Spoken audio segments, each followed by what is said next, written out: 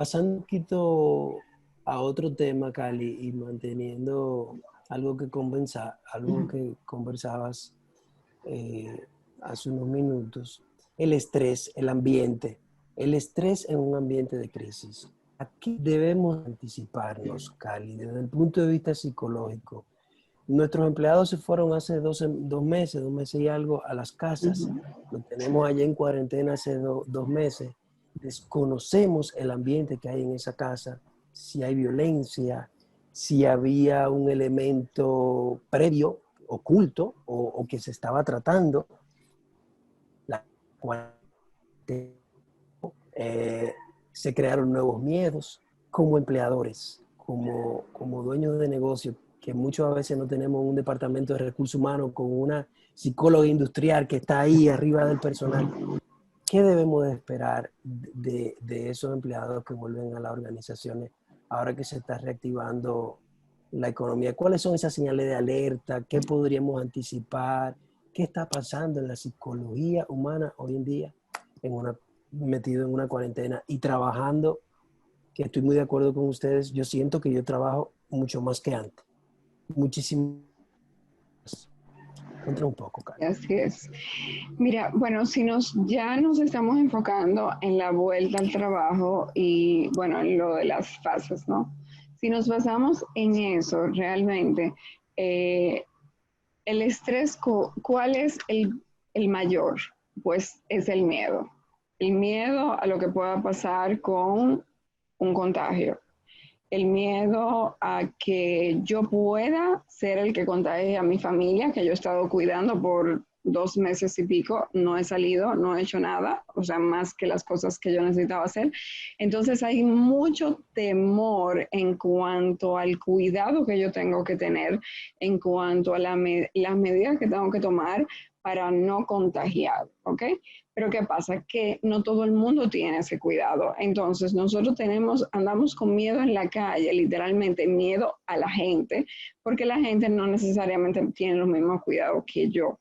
Entonces tenemos eso que se ha, como le digo, explotado en estos días porque desde el domingo la gente se ha ido integrando y parece mentira la cantidad de gente que ha tenido ataques de pánico, ataques de ansiedad. Eso quiere decir que su cuerpo reacciona de una manera muy alterada frente a lo que está viviendo. Personas que hiperventilan, personas que tienen los latidos del corazón muy rápido, personas que están pensando que les puede pasar algo o que tienen ya síntomas de la misma enfermedad, ¿no? Del COVID-19, porque están presentando todos estos síntomas fisiológicos. Entonces, no solamente estamos hablando del estrés que conlleva yo volver al ambiente laboral, yo darme cuenta de que en vez de 5 somos 2, de que vamos a tener que ser 2 conteniendo todo lo que estamos conteniendo en el trabajo, todo lo que puede venir de afuera hacia adentro,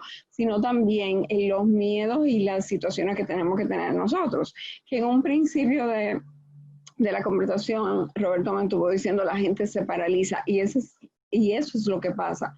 Muchas veces no, nos paralizamos, muchas veces nos enfermamos sin enfermarnos porque tenemos un temor tan grande que no nos deja funcionar. Entonces, claro que las empresas tienen que estar, los dueños de negocios tienen que estar bastante empapados de qué va a pasar cuando esta persona vuelva, de cómo yo voy a mantener esa comunicación que yo trataba de mantener cuando estaba en casa, de cómo yo voy a relajar un poco el ambiente, de cómo yo voy a decirle, no, tú no tienes que hacer el trabajo de 5, tú haces el mismo trabajo tuyo, pero necesitamos que de esta hora a esta hora tú puedas dedicarnos a nosotros, porque ¿qué pasa?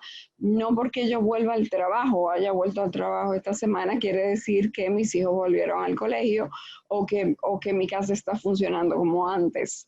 Entonces, desde el punto de vista psicológico, ya estamos tratando con el estrés que en un largo tiempo, o sea, cuando una persona tiene estrés por un largo tiempo, desemboca o en un trastorno de ansiedad o en depresión. Y hay que recordar que la depresión y la ansiedad son primitas hermanas, o sea, casi siempre andan juntas. Entonces, tenemos personas que tienen un terror sobre lo que está pasando, tenemos personas que están muy, muy tristes porque no entienden qué va a pasar ahora. La incertidumbre da tristeza. Y la tristeza también mantenida en el tiempo, pues nos puede llevar a un trastorno de depresión. Y esto si no se detecta, o sea, si no se tiene la herramienta para detectarlo, podemos inclusive cogerlo muy a chiste, de decir, todo va a estar bien, tranquilo, no pasa nada, vete para tu casa, duerme y ven mañana. No nos estamos dando cuenta de que la persona está desarrollando una condición. Entonces nosotros tenemos que ser no solamente empáticos, sino que tenemos que buscar las herramientas, que debemos reconocer que no tenemos todas las herramientas y debemos de reconocer quién tiene la herramienta para poder inclusive evaluar ese empleado mío, evaluar ese colaborador, darme cuenta qué está pasando para dar una ayuda y obviamente esa ayuda se me va a devolver en productividad. Aquí tú pones los red flags, o sea, la fatiga, sí. O sea, yo creo que ha habido más fatiga en casa que fuera de casa, pero estamos bastante cansados. Las personas están pidiendo vacaciones de la cuarentena. Obviamente esto es en son de chiste, pero es la realidad. Pero es la realidad. Es como que yo quisiera irme de vacaciones, pero entonces uno no se puede mover de su casa, pero estamos en lo mismo, ¿no? O sea, realmente hay un cansancio y ese cansancio tampoco necesariamente es físico.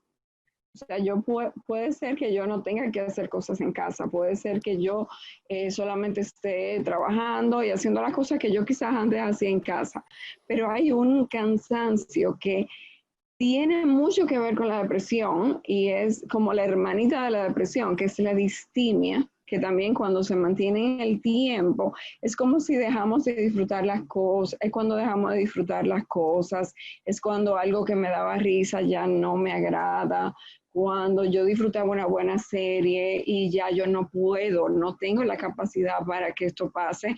Entonces estamos comprando todos los tickets para llegar a una depresión. Entonces, ¿qué pasa? Si volvemos así al ambiente laboral, que era lo que estaba diciendo, vamos a llevar no solamente desmotivados, porque desmotivados estamos desde antes de la depresión, sino que vamos a llegar y no vamos a poder dar la talla.